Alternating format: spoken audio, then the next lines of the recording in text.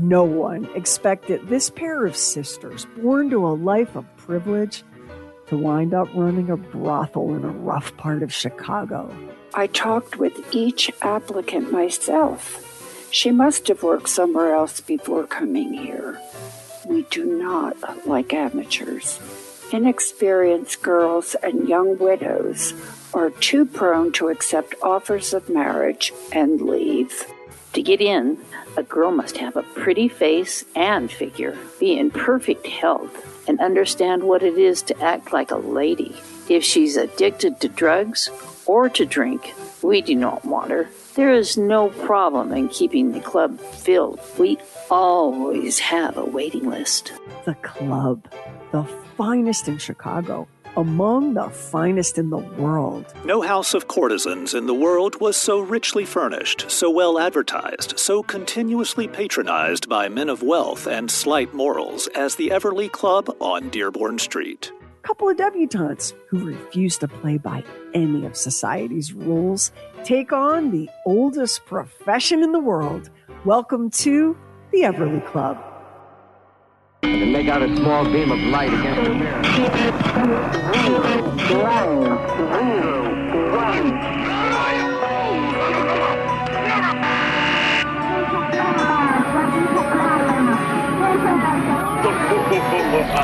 Truly weird stuff. Meet the Sims sisters, Ada and Minna. Their father was a wealthy planter in Virginia. He lost his wife, who died when Ada and Minna were very small. Then tragedy struck again, this time taking the lives of the two older Sims girls. Still, despite it all, Ada and Minna were raised to take their place in society. Music, dance, and elocution lessons. They even made their debut. They were solidly on track for lives as respectable society matrons. The Civil War changed that. The family lost all of their money and their plantation home. The choices in front of the sisters were limited, and marriage seemed the least distasteful of the bunch. At 17, Minna married a man named Lester, who was jealous and violent, and began their married life by nearly strangling his new bride to death. Ada married his brother, who was no better a man. The brothers were suspicious and jealous, brutes with unbearable characters. We ran away. And now their options were even fewer. Teaching, show business, prostitution. In the early 1890s, Ada and Minna joined a theater troupe and soon found themselves stranded in 1898 in Omaha, Nebraska. Stranded, but not desperate. Despite their father's colossal change in fortune, he'd somehow managed to leave his two daughters a pretty good-sized inheritance, $35,000. Now that's equal to $1.3 million today. So Ada and Minna took the money and went in search of a new occupation. Omaha was a hopping place in those days, host to the Trans-Mississippi Exposition. This celebration in honor of Nebraska is the first occasion when its grandeur, resources, and civilization are to be brought before the people of the world. Few can realize the magnificent progress of Nebraska since the day it was organized as a territory, the stormy times of the spring of 1854. Omaha was expected to be overrun by visitors, tourists and cowboys, and all of them would need a place to stay. Ada and Minna's first attempt at getting into business was to open a boarding house. Not just any common boarding house. The sisters had the taste and the means to create the most upscale, posh boarding house that Omaha had ever seen. Entering the front door, guests found themselves in a foyer illuminated by a Tiffany stained glass ceiling. Gleaming gilt-frame mirrors hung on every wall. In the parlor, a professional musician in full black tie sat at a 14-karat gold-plated player piano. To describe this place, you have to trot out words like sumptuous and opulent. There was just one little detail the sisters missed.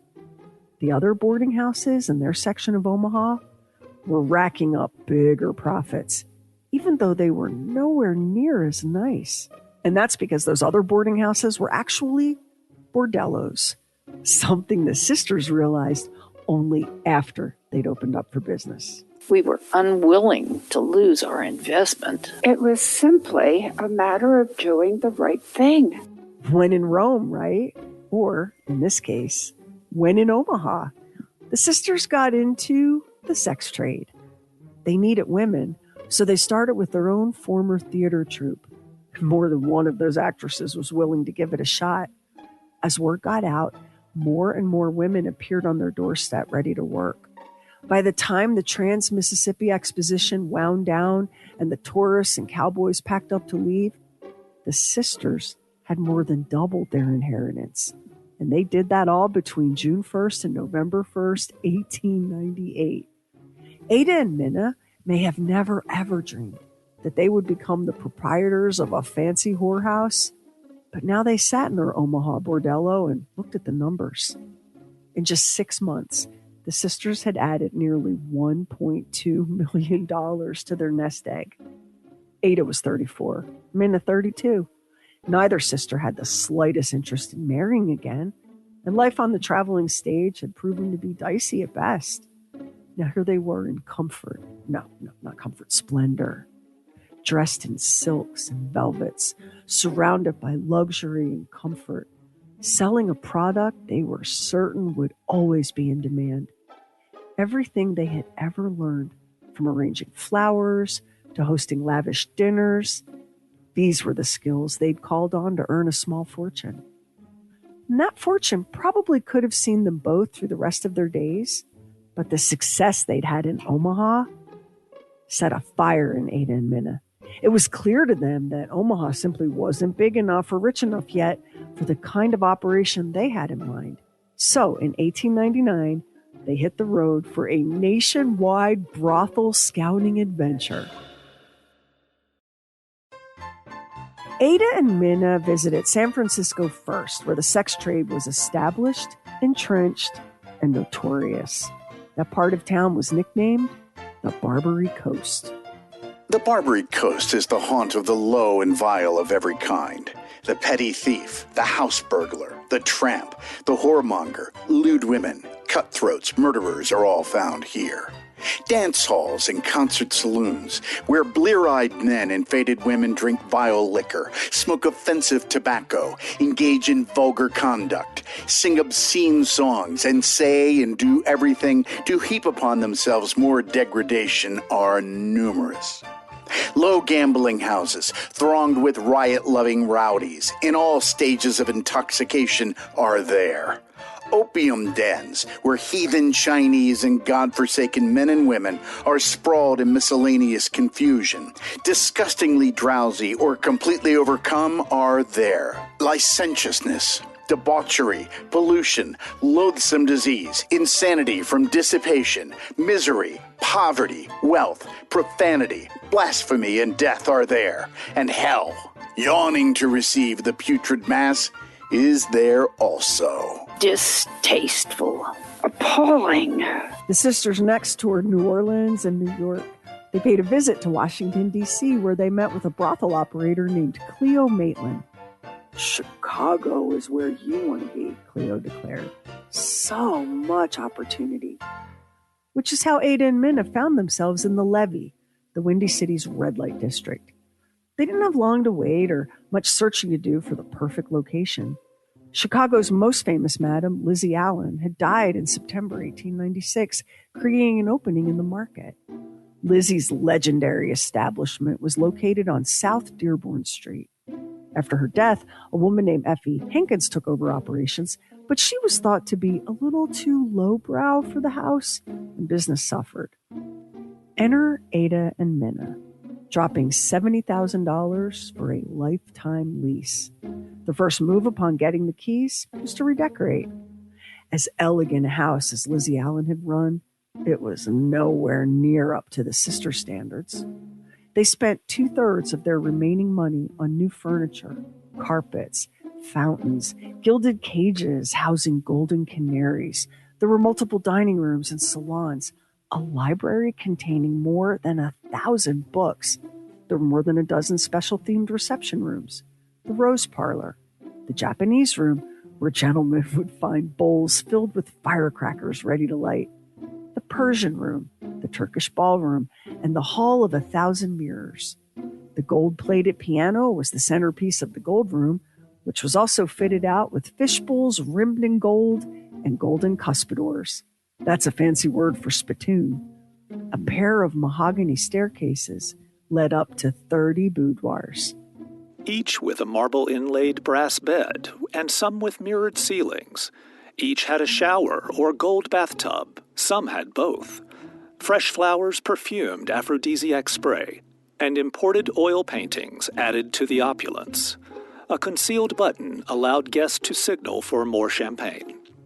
There was a restaurant in the house, decorated to look like a luxury Pullman train car, and the buffet on offer was among the best to be found in Chicago.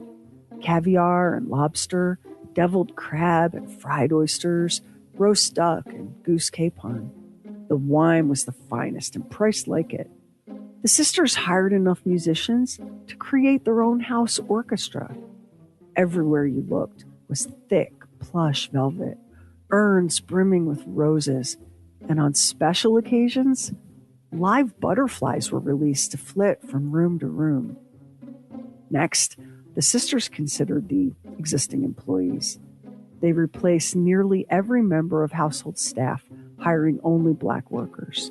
Not because they were some kind of progressive, but because they wanted to replicate their own plantation childhood. As for the prostitutes employed by the recently fired Effie Hankins, unschooled strumpets, all of them. We held interviews and promised the women that they would retire rich. Eventually, 30 women were hired, though in no time there was a waiting list of hopefuls that only grew longer and longer. Minna was adamant, though, when it came to certain factors. No amateurs and no young widows. The sisters inspected their employees, satisfied that they had surely chosen some of the loveliest, classiest, most intelligent women in America. Each was flawlessly made up, impeccably dressed, and draped in jewels that belonged to the house but were made available to the courtesans for their use. Each had been carefully instructed by Ada and Minna. Be polite, patient, and forget what you're here for. Gentlemen are only gentlemen when properly introduced. We shall see that each girl is properly presented to each guest. No lining up for selection as at other houses. Remember that the Everly Club has no time for the rough element, the clerk on a holiday, or the man without a checkbook. A checkbook, because Ada and Minna found cash to be dreadfully vulgar. It's going to be difficult at first, I know. It means your language will have to be more ladylike. You have the whole night before you, and one $50 client is better than 5 $10 ones. Less wear and tear. You will thank me for this advice in later years. Your youth and beauty are all you have. Preserve it. We know men better than you do. Don't rush 'em or roll 'em. We permit no monkey shines, no knockout drops, no robberies, no crimes of any description. We supply the clients. You amuse them as they have never been amused before. Give, but give interestingly and with mystery. I want you girls to be proud that you are in the Everly Club. Now spruce up and look your best. Ada and Minna had a keen understanding of what we now call branding. And just as they carefully decorated and hired, they took their time choosing a name for their bordello. Inspired by their late grandmother, who signed all of her correspondence, Everly Yours, the sisters changed the spelling of the word Everly, dropping the Y for a more continental EIGH, and called their business the Everly Club. The grand opening was a soft launch. No press, no publicity, no advertising. It was February 1st, 1900, a bitterly cold day, even by Chicago standards. So cold that the batteries and most of Chicago's police patrol call boxes were frozen and inoperable.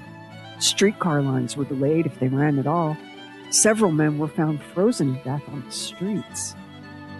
The first few men that came through the ornate front doors were deemed by the sisters to be not quite suitable for the Everly Club.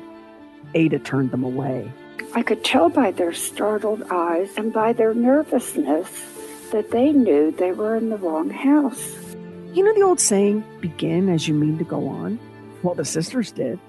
Ada and Minna alone decided what made a gentleman suitable for admission into the Everly Club, and their standards meant the club was extremely exclusive, a place where only the wealthiest and most influential men were welcome to indulge their desires. That first night, Minna sat in the Gold Room reading a copy of the Chicago Daily News, a story about the funeral of P.D. Armour Jr., son of the legendary millionaire meatpacker. The house was hushed and waiting. Servants were in position. The Everly ladies scattered about, waiting. Minna didn't even notice when one of the women stood behind her, reading over her shoulder. P.D. Armour's funeral was a citywide event, the coffin barely visible beneath a mountain of flowers. It all looked like a quiet evening in an ornate mansion, but the tension was palpable. Every servant, every prostitute had taken the sisters at their word. But where were the customers? The ladies were becoming agitated. And that's when the woman who'd been reading over Minna's shoulder saved the day without even realizing it. She told her co-workers that the sisters really were high society. Oh, Minna knows the swells, all right. I caught her reading about that Armour funeral, and she knows him. It wasn't true. Minna had never met the man. But that little piece of gossip raced through the house, and in less than an hour, every single member of staff heard it and believed it. It was enough to quiet a mutiny. And somehow, despite the cold weather, despite a complete absence of fanfare, the Everly Club managed to take in $1,000 that first night, paying each of the 30 or so prostitutes about $23, which doesn't sound like much until you realize that $1,000 in 1900 is worth more than $38,000. And that $23 was worth about $887. Not a bad payday for very little effort. Plus, on that first night, the sisters took no cut for themselves, making sure that every employee walked away flush with both cash and optimism for the future. To call the Everly Club a whorehouse was just really to miss the point. Yes, sex was for sale, but sex was only one of the luxury amenities the club offered. The sisters created an expensive, exclusive experience, one designed to appeal to even the most jaded appetite. Just walking through the door of the Everly Club was an investment. The entrance fee was $50. If a man wanted to spend the night, and many did, the fee was $500. By spend the night, I mean, of course, a gentleman would have his pick of the available rooms in which to take his rest, should he desire an evening of comfort in the company of one of our ladies. $1,000. That $50 cover charge? That's nearly $2,000 in today's money. Ada and Minna were unapologetic about their prices and unapologetic about their snobbery. They had created an elite establishment, and they were interested only in elite clients. They didn't even allow less prosperous men to come through the door. The only exception that was made was for newspaper reporters, because Minna was a believer in the power of advertising, and Chicago's journalists gave her that for free. The sisters' much hoped-for elites found the Everly Club almost immediately. From big Hollywood stars like the actor John Barrymore, to world heavyweight boxing champion Gentleman Jim Corbett, to bet-a-million John W. Gates, the gambling-obsessed industrialist who was one of the early cheerleaders for barbed wire fencing, of all things. Wealthy and powerful men became regulars in the sisters' parlors and boudoirs. Prince Henry, brother to Kaiser Wilhelm II, King of Germany and Prussia, added Chicago to the itinerary of his tour of the United States, solely because of the club's reputation. The Everly Club was a place where these men were among their own kind, certain that the unwashed rabble would never make it past the front door. What Ada and Minna had created was a playground for gentlemen, and however those men played, all added up to profits. From a biography about the sisters written by Charles Washburn in 1934. In practical terms, unchastity was the magnet that drew patronage into the Everly Club. But the wining, dining, music, and congenial associations did much to keep the audience from walking. Listen, in no way was prostitution legal in Chicago in 1900. The police were in charge of prosecuting vice, and the sisters paid for protection, racking up about $10,000 per year in bribes and payouts. They cultivated close relationships with Chicago's most powerful politicians, men with nicknames like Bathhouse and Hinky Dink. Gangsters, too, including Al Capone's predecessor, Big Jim Colosimo, who enjoyed popping into the kitchen at the Everly Club to make homemade spaghetti for the girls. With friends like that, the sisters were shielded from the worst of the criminal rackets, but more than made up for those savings in the donations they had to make to various political candidates. An unfortunate cost of doing business, steep but manageable. After all, they were netting about $120,000 to $150,000 per year. That's anywhere from $4.6 to $5.7 million a year net to you and me, fellow wage slaves. Ada and Minna took to their new roles with the kind of flair you'd expect from a couple of debutantes who'd spent time on the stage. That same keen eye and refined taste that turned the Everly Club into a sensation made the sisters into larger-than-life characters. They did their banking, for example, in the grandest possible fashion. They would make their way through Chicago's streets in a magnificent carriage, pulled by a team of dappled gray horses. Their drivers and valets wore elegant green livery, and it was the rare day that one of the most beautiful of their ladies wasn't dressed to the nines, seated beside them, like a living advertisement for their wares. Diamond bracelets, my diamond dog collar, heavy silks. So important to set the tone. And what a tone it was. The sisters were shrewd observers and had learned more than a few things about men and their appetites. For example, their most teetotaling clients were likely to have the most peculiar quirks. For a heavy fee, the sisters would lock their doors for private parties. I know you're thinking orgies, but it was often these weird, highly specific entertainments that the client was after, like the man they called Uncle Ned. Uncle Ned never took a drink, and he had special notions about sleigh rides.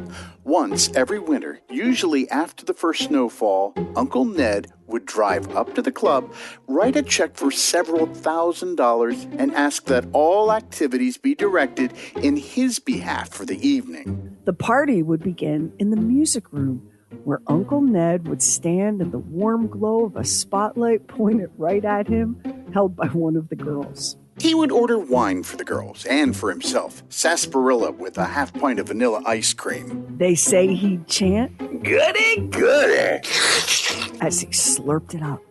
Then, his treat finished, Uncle Ned would command the staff to bring 2 large buckets of ice into the room, insisting that each piece of ice be no larger than 2 inches. The buckets would be placed in front of the large chair where he was seated. 2 girls, 1 for each foot, were requested to remove his shoes and stockings. During the undressing, one of the sylphs would gently play Jingle Bells on the piano, while the other girls stood at attention, draped around the room. It's about to get a little bizarre. A maid would approach with jingle bells, which were placed in his right hand, and a male servant brought a miniature hair mattress, placing it on a small stool on his right. Uncle Ned then plunged his bare tootsies into the buckets of ice, grasped the bells in his left hand, rattling them gleefully, pulling his right hand into a torn niche in the mattress, shouting, "There's nothing to equal an old-fashioned sleigh ride." After that debauch, there was nothing left but to put him to bed where he could sleep it off. There was no sex involved with Uncle Ned, but he's a great example of why sex work should be legal and regulated and destigmatized. Even as mild a kink as his can be hard to satisfy on the dating scene. Plus, who wants to be made fun of? Let a brother freeze his piggies and shake his bells without fear of either mockery or arrest, I say. Live and let live. And besides, people present for Uncle Ned's parties could talk of nothing else. And who can blame them? It was one thing to deal with the law and with the parade of local aldermen and fixers who always had a handout. They were part of the game, and they knew how it was played. Unfortunately for Ada and Minna, the Everly Club's heyday coincided with the progressive reform movement in the United States. This was a roughly 30-year period spanning the 1890s through 1929. Progressives wanted reforms in how businesses operated. They wanted women to have the right to vote. They fought for improved living conditions in the slums and environmental regulations. They also weren't the biggest fans of prostitution. The progressives, truly intending to be a force for good, were growing in numbers, and Minna was offended to find the Everly Club in their crosshairs. A girl in our establishment is not a commodity with a market price, like a pound of butter or a leg of lamb. She is much more on the same level with people belonging to professional classes who accept fees for services rendered. She charges in accordance with their means. She doesn't sell herself, as these eggheads keep shouting. Such statements are unfair and unjust. Minna was just warming up.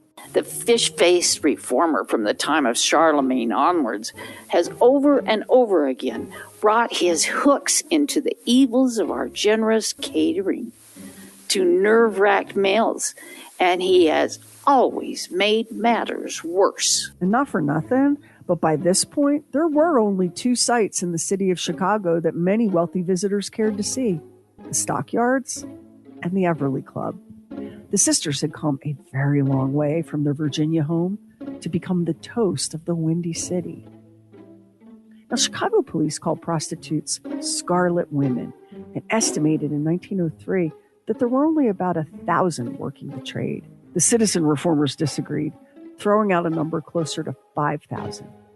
Given that police were often paid to look the other way and politicians on the take were sure to be all talk, the reformers believed that cleaning up Chicago was up to them, with the help of clergy, of course, like the British evangelist Gypsy Smith, who led a march through Chicago's red light district on October 18, 1909.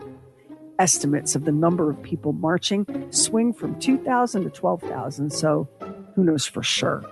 But it was a crowd. Their theme song, "Where is My Wandering Boy Tonight?" Where is my wandering boy tonight? The boy of my tender tale. The boy that was once my joy and light. The child of my love and prayer. Oh, where is my boy tonight? Oh, where is my boy tonight? My heart of stone, for I love him, he knows. Oh, where is my boy tonight?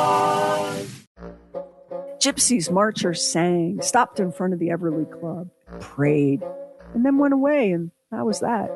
Well, almost. The truth is, once the crowd dispersed, the red light district had its busiest night ever, with regulars commenting on all the new faces in the brothels, all these first-timers. Huh, how about that? What a coincidence.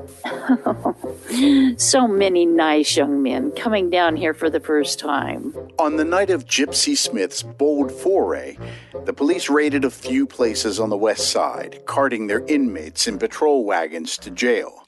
The old, feudal, tongue-in-cheek manner of handling vice. That might have been the end of it. But for Chicago Mayor Fred Buss. Buss was sworn in as mayor in April 1907. He was no Boy Scout. Buss was connected every which way and had many allies in the world of organized crime. When he defeated the Democratic incumbent, it was expected that Buss would follow through on Republican goals of reform. Instead, Chicago got widespread corruption and a mayor whose name was an advertisement for the city's brothels. It was your basic case of electing the fox to manage the henhouse.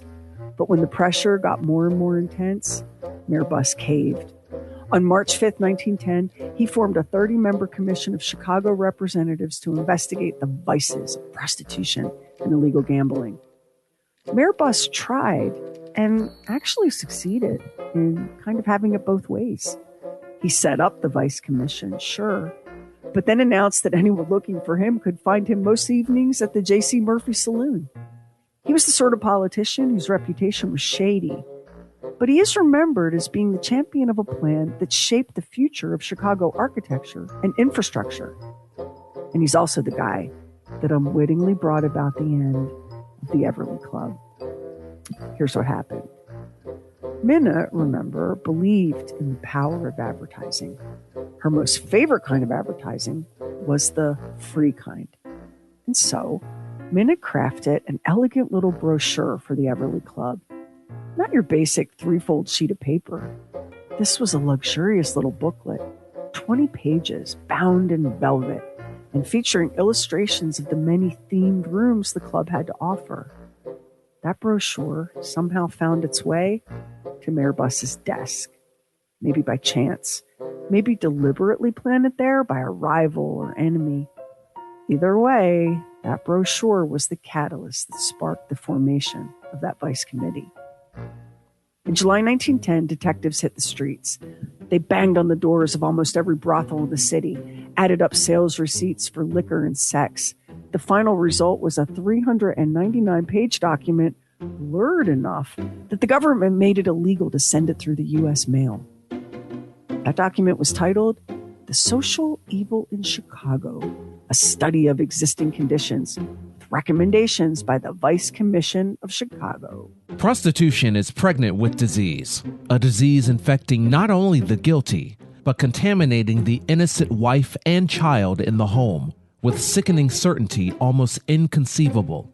A disease to be feared with a great horror as a leprous plague, a disease scattering misery and leaving in its wake sterility, insanity, paralysis, the blinded eye of little babes, the twisted limbs of deformed children, degradation, physical rot, and mental decay. That there must be constant repression of this curse on human society is the conclusion of this commission after months of exhaustive study and investigation. Hey, see if this part doesn't sound a little bit familiar. The commission has carefully omitted from the report all names of offenders against the law, as well as addresses. It has also refrained from publishing the numbers of police officers who have been actually seen violating police rules regarding conduct while on duty. And here we thought that the powers that be redacting the offenders in the Epstein files was something new. Now, the report did acknowledge Chicago's double standard. The way sex workers on the street, typically impoverished and desperate, were the targets for law enforcement, while high-end brothels like the Everly Club were essentially immune to any kind of prosecution. Friends and high places, power protecting itself and all that.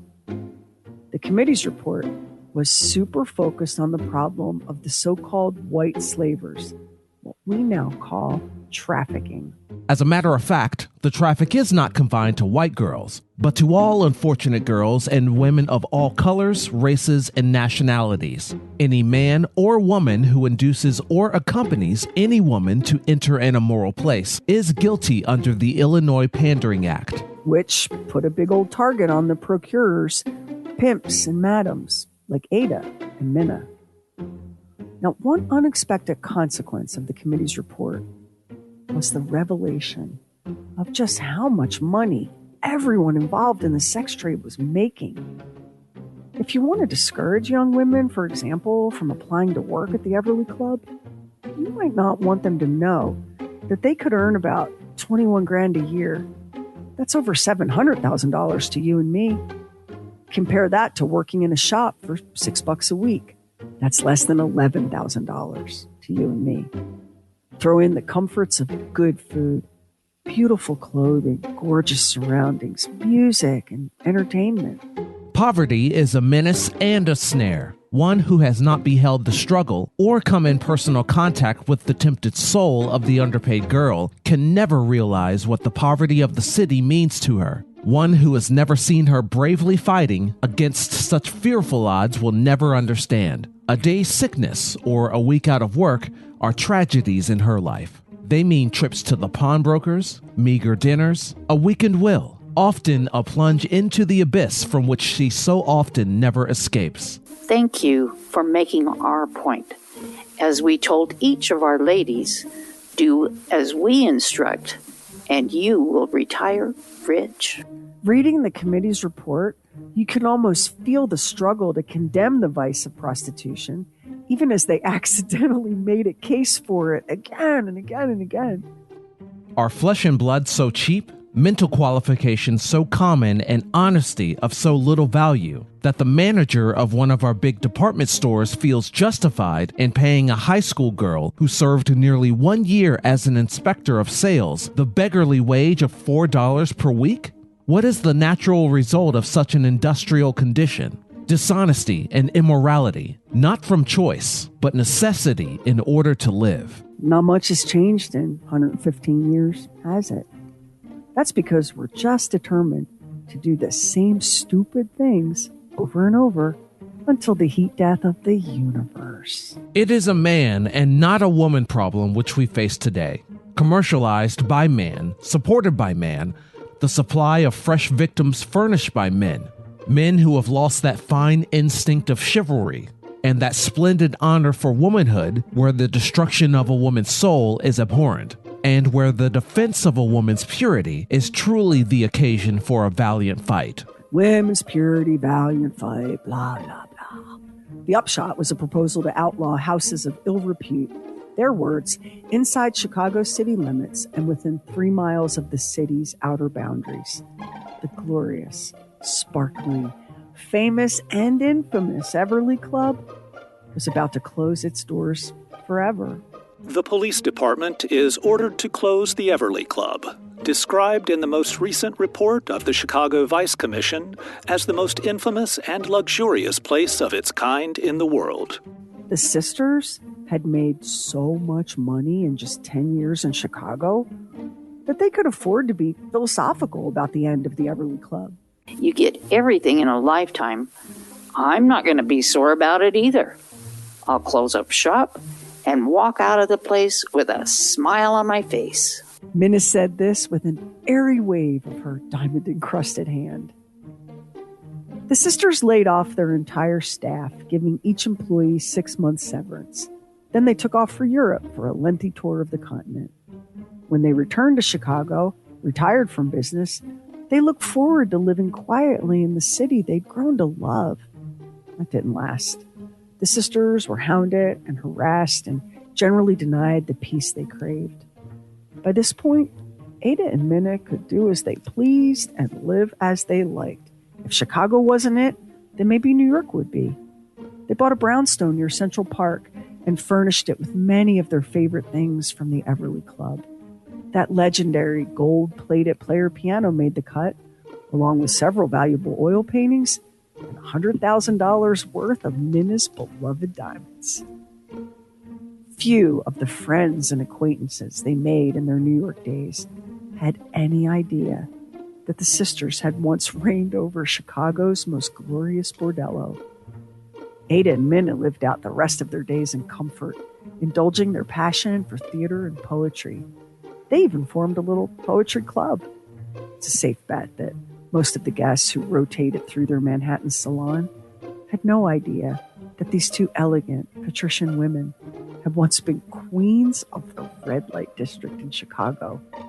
None could have guessed that Minna and Ada used to drink champagne with gangsters and movie stars and royalty.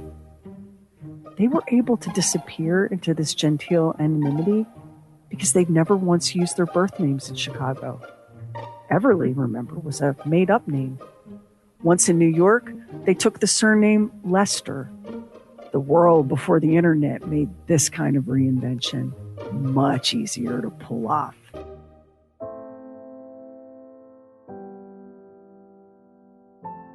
Minna passed away first, dying at age 82 on September 16, 1948. Ada, bereft and recovering from a badly broken leg, sent her sister's body back to Virginia for burial. Minna was laid to rest beside her parents, Montgomery and Virginia Sims, and her siblings, Willie, Lula, and Flora. Ada's grief was profound. The sisters had lived nearly all of their lives entwined, and the loss of Minna was a terrible blow. When Ada had recovered sufficiently from her broken leg, she left New York City, taking up residence in a cottage not far from where her family was buried. When she died on January 6, 1960, she was 93 years old. Her funeral was utterly private, and that was Ada's wish. She'd managed to live the last 50 years of her life in blessed anonymity and hoped that that could continue after her death. Because Ada suspected how she and Minna would be remembered publicly, and she dreaded it. Sim's sister dies at 93. It's a good thing the sisters were dead, because this is exactly the sort of tawdry judgment they'd had more than enough of when they were alive. Ada Everly was buried yesterday in her native Virginia in near secrecy.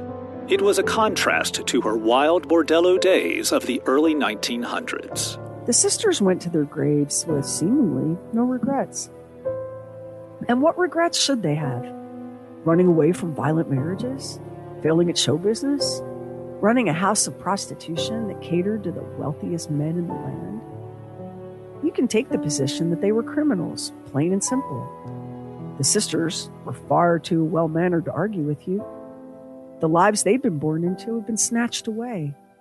The lives they made for themselves were unconventional, outside the bounds of polite society, at times wild and chaotic and even dangerous. There's a word for the lives Ada and Minna had lived, and that word is freedom. Ada and Minna were free at a time when few women were. They were resourceful, resilient, they were rich. Their fortune was theirs alone. You may not approve of how they made it, but as far as they were concerned, that's too bad for you. Stop now and wonder what you would do if you found yourself in Chicago in 1905. You need a job. You can stand all day on your feet measuring cloth or weighing sugar and flour at the market for $6 a week.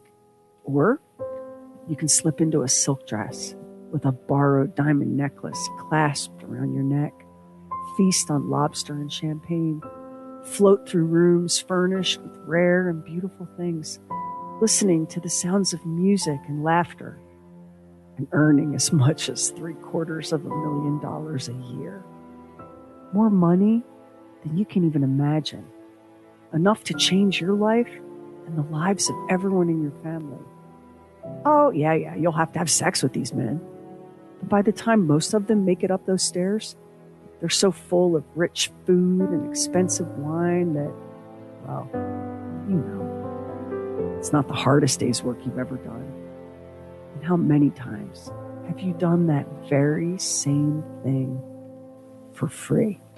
Upon what meat did the Crusaders feed that they could call us insurgents and witches? They not only filled us with embarrassment and shame, they made fools of themselves. We were called the real instigators of all that was wrong.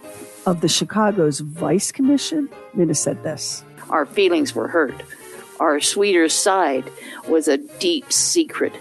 We made Sunday beau night, permitting our girls to see their sweethearts, just as they would if they lived at home. Are you a little shocked that a prostitute might have a sweetheart? That a man could bear to love a woman in the sex trade?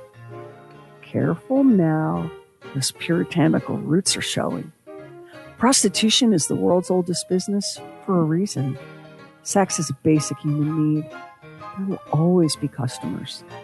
In millennia, no law has ever succeeded in ending it, and no law ever will. Ada and Minna understood this basic truth. Professionals rendering a service for a fee. That's how they saw it. Still, they knew the law was coming, and when it became inevitable that the Everly Club was doomed, the sisters were ready. They even joked about it. What did the bandit say when he was shot to death? They got me. Let's say something different, Minna, when they get us. And so, when the law finally arrived to close their glorious Everly Club down, retirement is like going from bad to worse.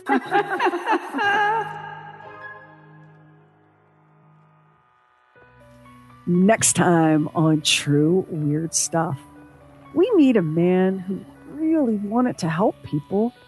He wanted to heal people. He took over a state mental hospital and he made a big discovery. Insanity lived not in the brain, no. It lived in the teeth, which meant that the cure was, yank them all out, open wide on the next True Weird Stuff. Special thanks to our voice talents on this episode: Frances Jorgensen, Carolyn Thornton, Aaron Cox, Carrie Doc Bowser, Lamar Richardson, and Sam Moore. There was an elderly woman I knew one time, and she told the story that when she was a young woman, her grandmother caught her smoking a cigarette. And her grandmother said to her, "Smoking leads to drinking. Drinking leads to prostitution." And then she paused and said, "Well, I was never paid." But it's true. Look, listen, I don't personally want to get into the sex trade, but, and I apologize, I have a cough drop in my mouth, but there's a bottomless market for it. Mm. And I think it should be legal and destigmatized. And I know that it is in some places, but for the most part, like the city I live in recently had a big local TV news story about a high-end house of prostitution near like a big fancy mall where they have Louis Vuitton and stuff. And, they shut it down and, the men, what prominent local men were going there, blah, blah. You know what? Like, none of my business. I don't care. I think there are men who should be allowed access to sex for hire. There are men who, and women too, but when we're speaking about the sex trade, can we all just acknowledge that most of the customers are men? Do I have to keep tripping over the both sides here? Can we just agree that for the largest part of human history, the bulk of our clients in brothels have been men? Is that okay to say? Yeah, that's without okay making you feel attacked? Yep. Okay. There are men who simply struggle to have sex with a woman. I mean, we wouldn't have the incel movement if that wasn't true. We wouldn't have the male loneliness epidemic if that wasn't true. Men should be allowed to go somewhere and pay for sex. And the people that provide that service, their industry should be regulated. They should have adequate resources protection, all of the things they need in order to safely dispense that service. I am team legalize this, because in the absence of legalization, we have a black market. And that's where all kinds of hinky, terrible things can happen. That's where you see people being pulled into the sex trade and trafficked and abused, battered. This is where the bad pimp stories and bad madam stories come from. So I'm a fan right up front of this stuff being legalized. Mm. And I don't really understand, other than you have to trot out, this becomes like a religious thing. People trot out their religious beliefs to argue against it. And I understand that and I respect it. You don't have to patronize a brothel or be a sex worker. You know, the people that shout the loudest at this sort of thing, I'm always suspicious of. The dog hollers.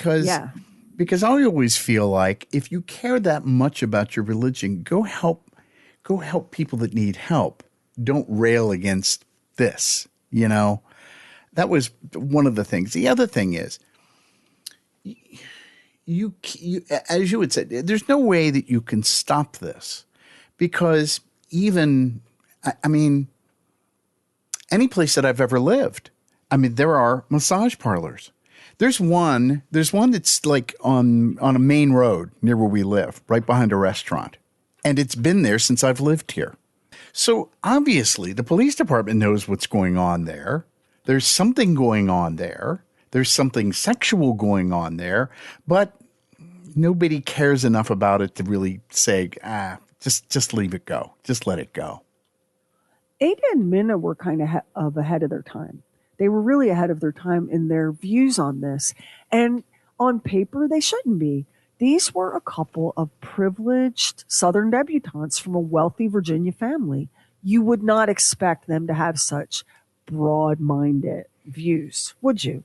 I mean, if you want to be stereotypical about things, especially when you look at the era in which this was all happening. So think about the situation they both found themselves in when they got married. And I'm sure that because both of them found themselves in the same situation, that created even a stronger bond between them as sisters. And I suppose that bond, what the two of them were able to accomplish, would maybe not be done by each of them individually. But because they had each other, had that similar experience, perhaps that is what fueled that. I think that they, the way that their lives turned out, it's such an interesting story that most of the Sim sister stories that you can find in the world revolve around prostitution. But there's another dimension to their story, too. So remember that Ada and Minna, yes, they were born into wealth and privilege, but their mother died. They lost siblings. In the Civil War, they lost everything. So you have to remember that their story is happening against that backdrop as well. And that matters because the Civil War displaced so many people, rich, poor, black, white. The displacement of the Civil War, the loss of life, the grief, the economic hardships, this is all happening around them. And these two, they were very young. They were in their early 20s when they found themselves in Omaha. These two sisters looked at each other and said, I don't want to get married again. I don't want to get married again. What can we do? Now, they did have something going for them that most of us don't, and that's an enormous inheritance from their father. That didn't help. That didn't hurt. So they had that seed money, but they didn't take that seed money and, disappear with it. They took that seed money and became capitalists. They became entrepreneurs. And at first, they had no intention of going into the sex trade. They thought that they would run a genteel boarding house, which was a dignified and socially acceptable occupation for a spinster or widow or woman of means. That was one of the job pathways open to women. Right. And that was their intention. And who knew better how to set up an absolutely exquisite environment than a couple of cotillion-trained debutantes who grew up on a plantation in a mansion?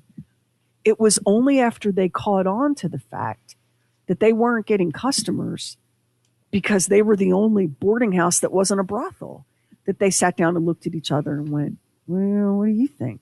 I don't know. What do you think? And they decided to go for it. I think that the stories about the Sim sisters are so caught up in they were madams that you don't really give these two women their due for being business people. Yeah, that's the thing. I mean, they understood the business part of it, and I think the idea that they set it up that we're going to charge the most, we're going to have the best, we're going to have this and that, I think is the thing that probably kept them in business for 10 years, which in that business is a really pretty long time, if you think about it. And the only reason they went under is because the progressives were pressuring the city government in Chicago to clean up the streets. Had their appearance on the scene not coincided with that, they probably would have been in Chicago running that brothel. The New York chapter of their lives may never have happened. But they even took that beating, pretty gracefully. And why not? They had tens of millions of dollars as a result of their Everly Club. I wanted to ask the question about they didn't believe in cash. They did things with checks. Well, I would think that would create a problem, wouldn't you? And here are the problems. Not only do you have a paper trail, but to the clients, but then you have a paper trail of money that's going into banks that is income and taxable and all of those things. I think it's very interesting that they decided to do it that way. Well, I think that was part of their intention to run this very much on the up and up. Ada was the business brains of the like some people are just born with extraordinary natural talent, and sometimes it finds an outlet and sometimes it doesn't. It's like the janitor at the school who's an incredible singer and nobody ever knows, right? Right. Ada was a born business person, and she understood that you could make even more money by spending more money to make your product nicer and also paying for the protection, politicians, police, and paying your taxes, making sure that you're running the place appropriately. So the checkbook thing, they thought that cash was disgusting.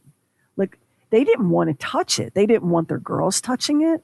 Cash was dirty and gross, and only a poor man carried cash. But that is not how a rich man rolled. And you'll notice that their insistence on being paid by check didn't slow anybody down. No, apparently it didn't. Wasn't that how Jerry Springer got caught? Didn't he? It was a check, I think. Check to a prostitute, and that's how he got busted. And I think he was a politician at the time. So he was the mayor of Cleveland or Cincinnati. Cincinnati, I think it was Cincinnati. Yeah, I don't remember exactly. So everything was different back then. You have to remember they launched in 1900 and they were gone by 1911. It was a different world in every possible way. But they understood the idea that you have to spend money to make money. And they also understood this branding idea, which is, they were early on this idea of branding. They understood that if you created the perception of an experience, you could charge anything. So if you remember, it was $50 just to walk through the door. It was $500 if you wanted a room for the night. But if you wanted a woman in there with you, it was $1,000. They made money off of men who never went upstairs. Men would come to the Everly Club to eat dinner and, smoke cigars and drink port or whatever the hell it is men do. The sex trade was very much what the Everly Club was here for, but that was just one thing that the Everly Club had to offer. If all Minna and Ada had were beautiful prostitutes, they would have been just like every other brothel in the levee in Chicago at that time. They created exclusivity. So if you were a fan of the TV shows The Sopranos, I don't remember which season it was, but John Hurd, the late actor John Hurd, played a local politician who hung out at a brothel in the Newark area. And of course, prostitution's not legal in New Jersey, but this brothel was not advertising itself as such. Do you remember this arc of episodes? Yeah, I do. I do. The madam was a beautiful woman who understood that the men, including Tony Soprano and his crew and the local politicians and the chief of police and all of it, she understood that these men needed a place where they could play without fear of being ratted on, revealed, blackmailed in any way. That brothel in that season of The Sopranos was very much what the Everly Club was all about. This was a place where incredibly wealthy, powerful men, movie stars, royalty, gangsters, everybody, they could come. And once they came through that door, they knew that they were absolutely guaranteed their privacy. And that whatever their kink was, and look at Uncle Ned with a Jingle Bells fetish of all the damn things, they would be. So if you think about it, like it's very easy if you put on your black hat and your buckled shoes and your puritanical ancestral personality, you can say they were whores. They were having sex for money. Isn't it interesting how we always have the conversation and we flip it to the woman? She was having sex for money. Yeah, well, who was paying her? Like it takes two, right? Right. In the Everly Club, whether those men wanted sex or not, and often that wasn't what they were there for, they were among their own kind in an environment where they were protected. That was the genius of what Ada and Minna did. And that's why I say to just reduce it to they were a couple of madams running a whorehouse is to completely miss what they created with the Everly Club. It really is a fascinating story, and how did you come upon this story? Were you down a rabbit hole for something else and came upon this? Oh no, this is the kookiest. This is the kookiest impetus for a True Weird Stuff. So, if you remember, we did an episode on the Donner Party called "The Littlest Survivor," right? And this was back in the fall of 2025. My mom had gotten hurt and was sort of immobilized. And I went out to stay with her and I wanted to cheer her up. She was struggling and I needed to give her a distraction. So I said, hey mom, do you want to play a part in our podcast? So I wrote the Donner Party for her. Well, her bestie and her other friends at church were like, I want to be on your podcast. I was like, well, do you know what my podcast is about? Like, and this one woman who played Minna, Carolyn, was like, oh yeah. I said, I'll try to find you a part where you're not a bad girl. And she was like, oh, I want to be a bad girl. So I went on the hunt for a story of two women who were bad girls, but not so bad that they were killing people or eating people. Because I didn't want Carolyn's first experience as a podcast voice performer. Carolyn is like the best person that you know. She is a devout member of the LDS faith. Alcohol never touches her lips.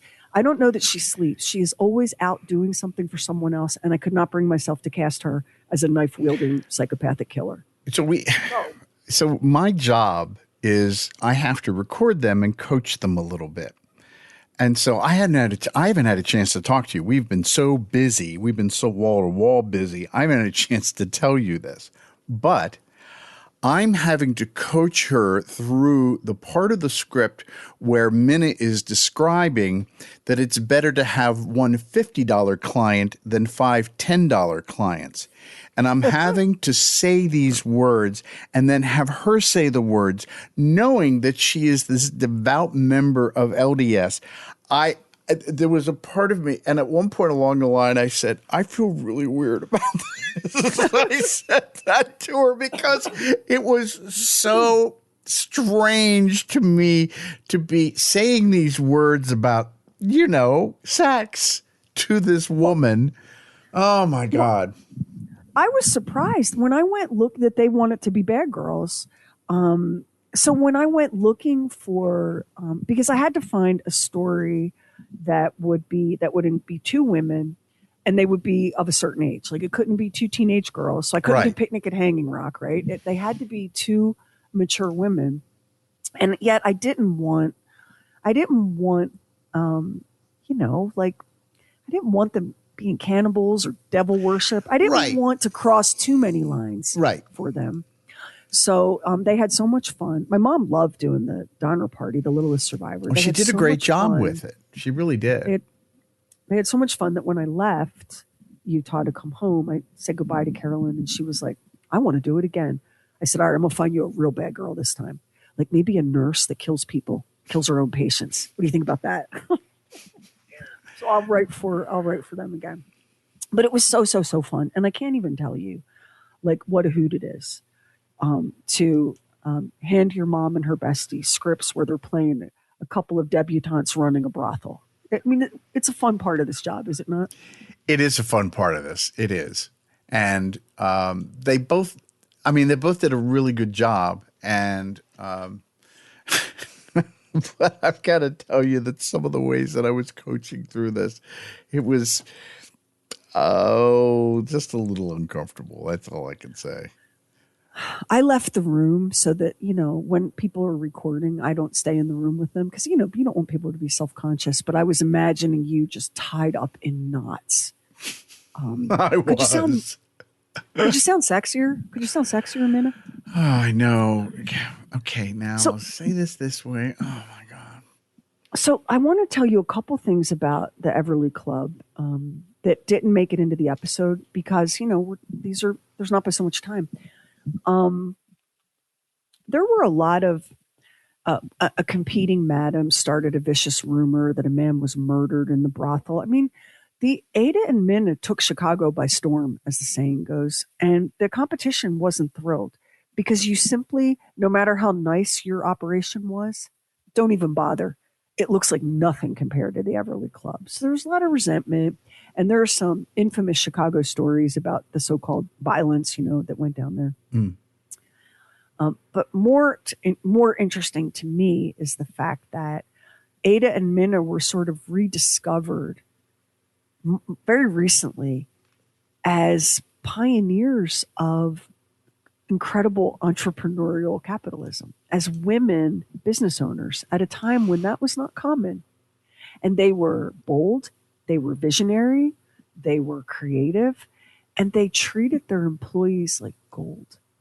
Which I gave them 6 months when the place closed. They gave them 6 months severance. I mean, that's amazing. Not only that, but where do you think I don't know if it was clear to you, but if you worked for the Everly Club, you lived at the Everly Club and you ate the same food as the customers. So this wasn't a situation where the girls, left the Everly Club, handed over their borrowed finery and went to some hovel. No.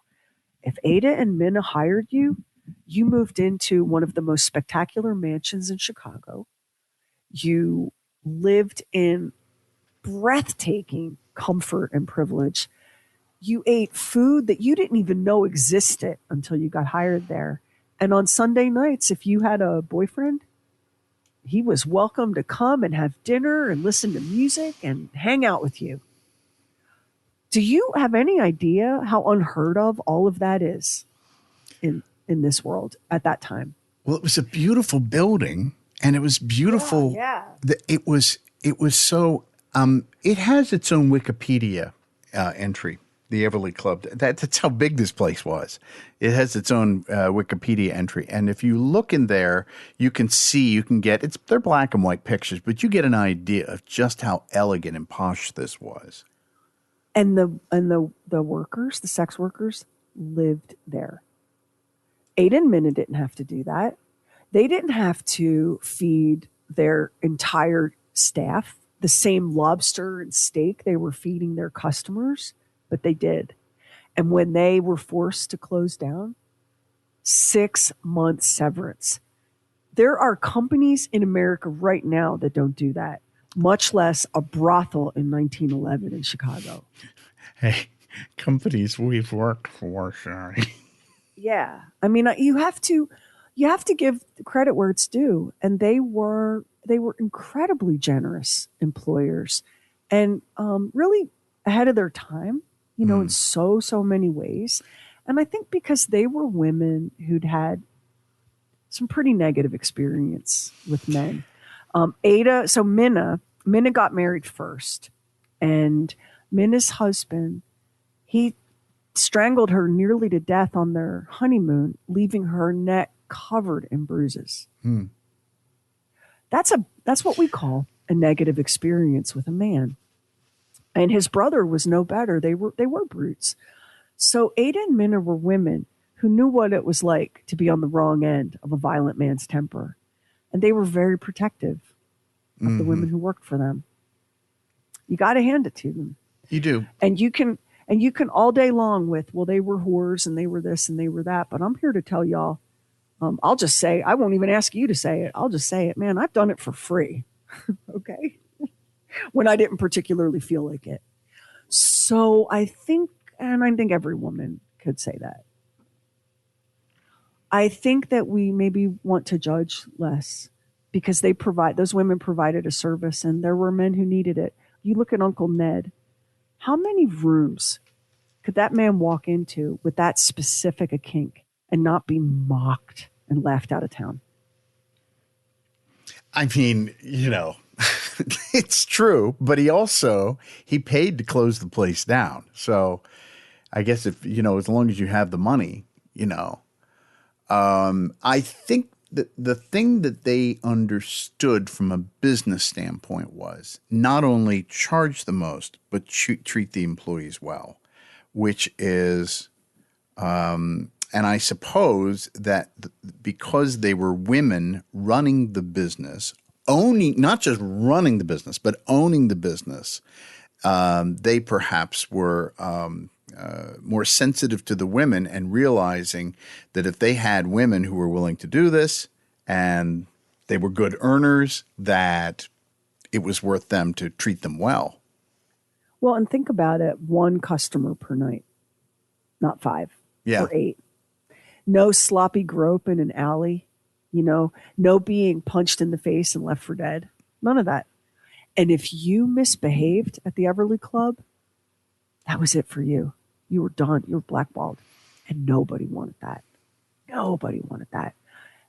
So when you think about some of the, the famous people that came through those doors, and then people that are not household names like Al Capone's predecessor, Big Jim, most people, unless you're like a real mobster aficionado or a Chicago resident, you don't know who that is. Right. He was the Al Capone of the Everly Club's day. And he's coming into this brothel, heading into the kitchen, rolling up his sleeves and making his mama's homemade spaghetti sauce for the girls. Is that not a movie scene? It is. It really is. Apparently there was a play that was produced in Chicago about them in maybe 15, 12 years ago, something like that. It's unfortunate. The building that this was in is beautiful. I mean, the Chicago architecture, the architecture is so interesting and ornate and artistic. They have tours just for the architecture in Chicago, and this building was no exception to that. And unfortunately, it's not there anymore. It's gone. It's really kind of sad. I'm glad you brought up the architecture, the general vibe in Chicago. Chicago, I know, is one of your favorite places in the world. Absolutely. So remember that the very same man that ended the Everly Club is credited with and responsible for the way Chicago looks today, and that's Mayor Buss, because he set all of that into motion.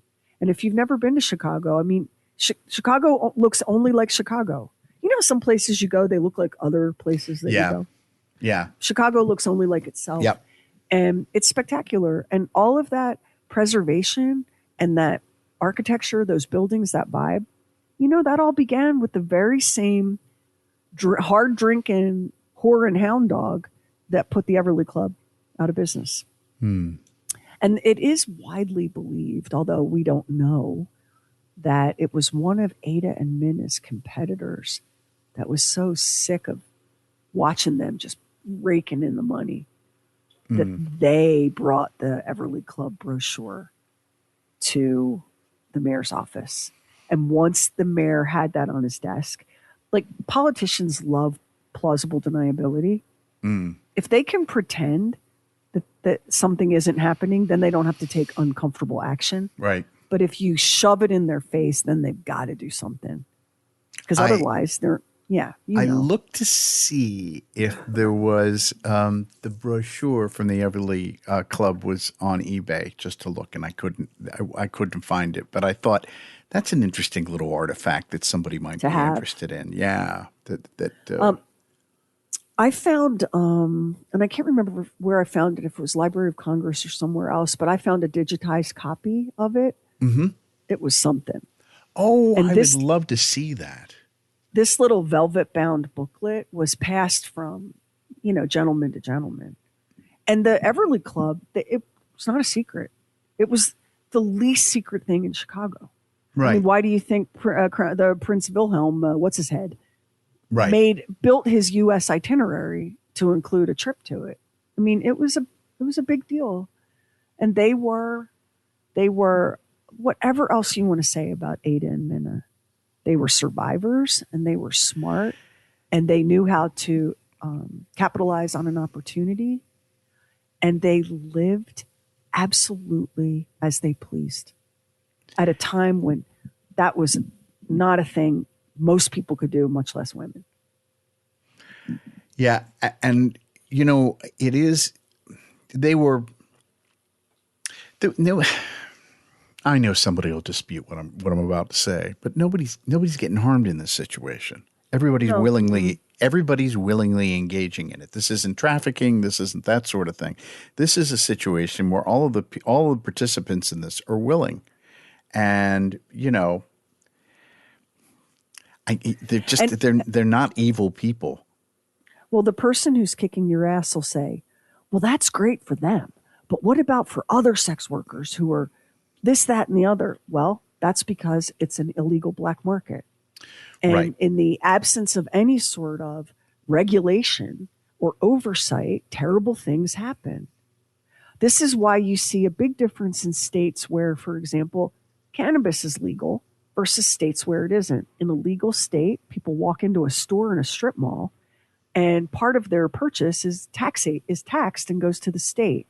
In a state where it isn't legal, you're calling your plug or texting your plug and meeting somewhere and buying drugs, and you don't even this drives me, as a parent, I was constantly saying to my kids, you don't know what you're doing. You don't know what you're getting. It's not, you have no idea what it is.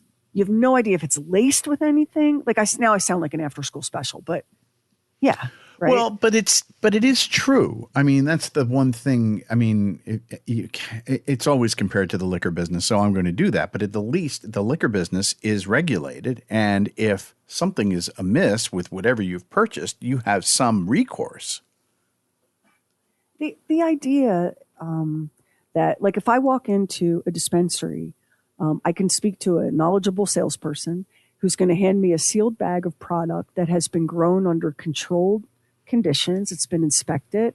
Everybody's getting paid. I'm not buying from a cartel. I'm buying from a legal grow operation, right? I don't have to worry, is this laced? Now, I've paid more for it than you're going to pay on the street. But part of what you're paying for is everything I just said.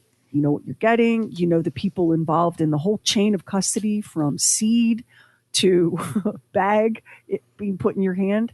You understand that this is a legal, regulated operation. These are jobs. These people are paying taxes and having 401ks and all of it, right? When you walk into a legal brothel, whether that's in Nevada or Amsterdam or some other place, it's the same thing. You are paying a little more for that handy, but you are in an environment where you are safe. Things are clean. You don't have to worry about getting knifed or rolled, or I love that term, knockout drops from that. I know.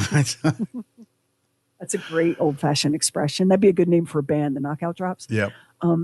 You understand that you're paying a little more, but it's in an environment that's controlled. And the girls, you were not allowed, if you worked at the Everly Club, you were not allowed to play fast and loose with the Johns. That's why Minna said, we don't steal, no knockout drops. We don't do anything underhanded. These are gentlemen, and you treat them like they've never been treated before, and you'll get rich. And she was right. Many of those people who worked for Ada and Minna were wealthy when that brothel shut down.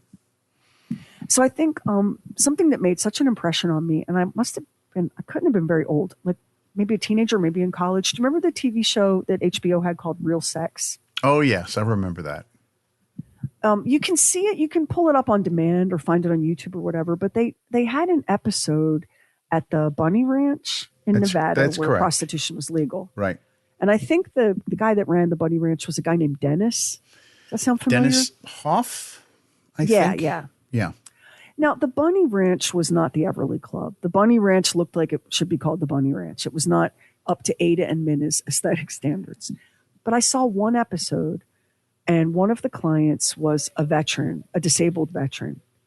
And he had a favorite worker at the Bunny Ranch, and he was a regular customer. And he agreed to be interviewed and filmed by HBO. And I can't remember, it's been a long time, I can't remember his exact words or his exact circumstances, but the takeaway for me was this man who he yearns for the same thing anybody does: love, connection, some laughs, a good time, peace, love, to be seen, right?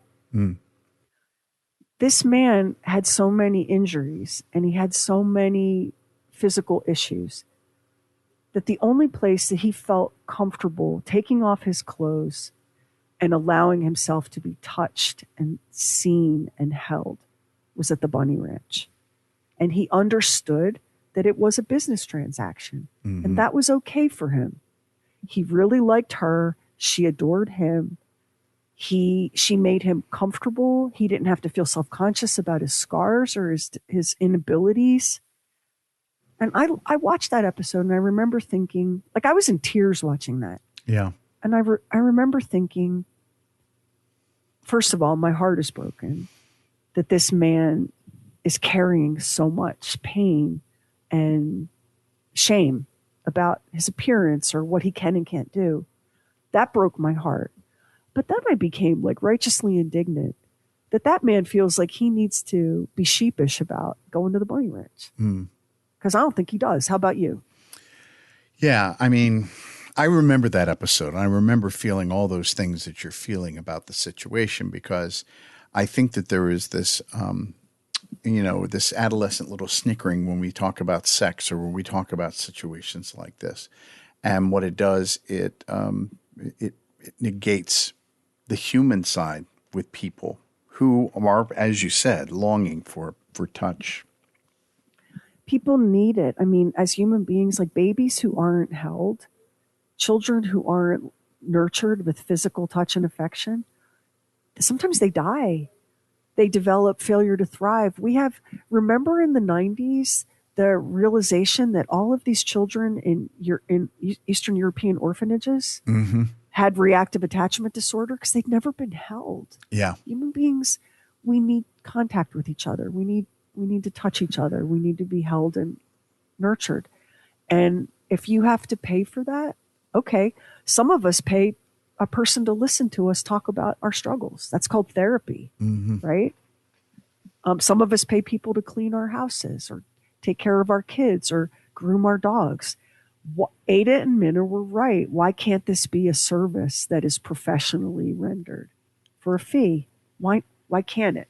So I'm a huge advocate for legalization. At the rate we're heading in this country right now, not only is that not going to happen, but I'm going to be burned at the stake as a witch pretty soon. Anyway, besides all that, I want to say one last thing about prostitution. So people will say, yes, you and Max, I hear what you're saying, but it is so dangerous. Look at the serial killers who target prostitutes. Folks, serial killers are not targeting the women who work at places like the Everly Club. They're targeting women who work on the streets. Right. And in like parking lots. They are attacking people who are the most vulnerable. It's not because of what they're They'll find anybody that's desperate or vulnerable. It doesn't matter what they're doing.